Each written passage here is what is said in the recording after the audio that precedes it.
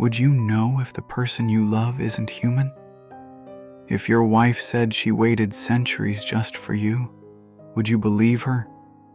What if she said you'd never leave, even after death? My name is Aaron Miller, and I married a witch. This is not a metaphor. This is not a dream. This is what really happened to me. I wasn't looking for love. I wasn't even looking for company. My life was simple. I worked in forestry, spent most of my time mapping terrain, clearing trails, maintaining watch cabins in the Pacific Northwest. It was a foggy afternoon in February when I first saw her. She was standing in the middle of the trail. No shoes, soaked from head to toe, though it hadn't rained. She wasn't shivering, just staring. I slowed down, asked if she was okay. She blinked once, then smiled. "I've been waiting for you," she said.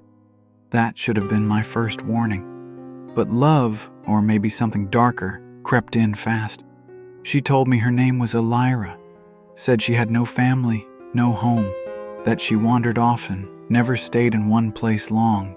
I let her stay at my place that night, then the next, and then she never left.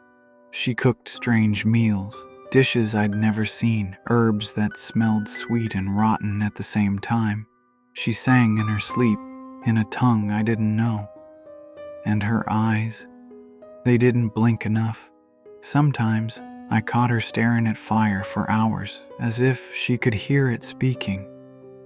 But I loved her. Or maybe I was enchanted. It's hard to tell now. All I know is, being around her felt like walking into warm water, comforting, until you can't breathe. We got married just 4 months later, June 28th, 2025. It was her idea to marry in the forest. She led me to a path I had never seen before, despite working that terrain for years. The trees opened to an old wooden chapel buried beneath vines and fog. It wasn't on any map. There were no guests, no priest. She held my hands and said vows in a whisper I barely understood.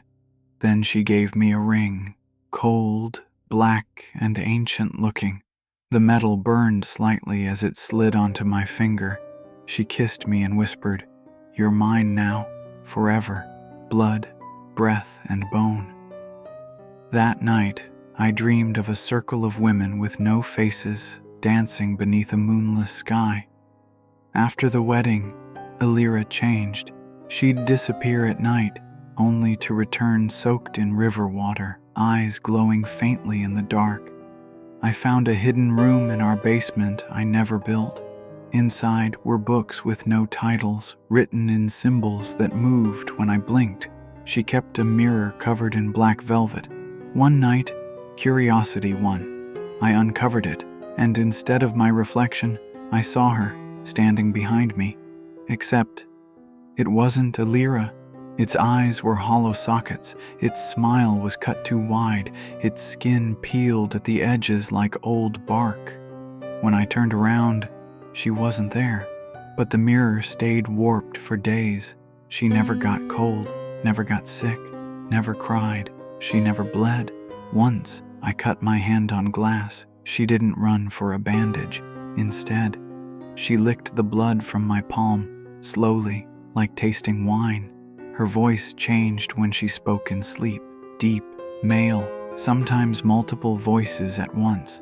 Then I found the box, buried in the garden. Inside were wedding rings, old, rusted, burned. Each one had initials etched into the inside. Each one belonged to a man. That night, I confronted her. She didn't deny it. She smiled and said, "Some love me once, some love me again and again. I keep the ones who try to leave." I planned to run the night of July 5th. I packed my truck quietly, left everything, even my phone. But when I opened the door to leave, the world outside was gone. The road? Gone. Trees bent in unnatural ways, twisting like claws. And standing in the middle of the yard was Elira. She wasn't angry. She was smiling. She floated above the ground, eyes glowing like coals, hands dripping black liquid. She opened her mouth and a dozen voices screamed, "Do you think it's that easy to leave me?" The next thing I remember, I woke up tied to our bed, symbols carved into my chest. She whispered, "You'll forget again, just like the others, but your body will stay." I don't know what snapped inside me, maybe the last piece of me that was still mine.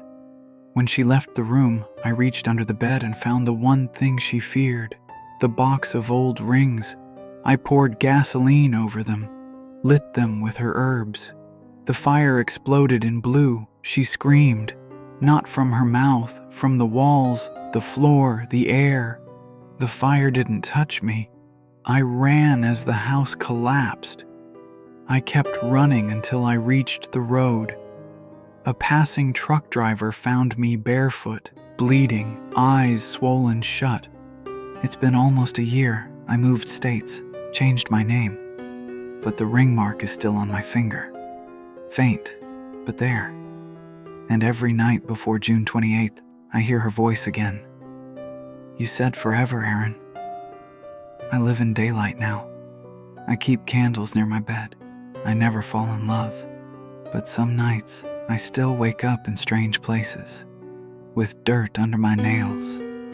I don't know if I ever fully left her, but if you're reading this, if someone in your life seems too perfect, run. Don't wait for the honeymoon. If you ever meet someone who feels too perfect, ask where they came from, and then ask where they've been for the last 100 years. Ask why their shadow moves, even when they don't. Because I didn't, and now I'm not sure I'm still human. My name is Aaron Miller, and I married a witch, and every night she comes home to claim me again.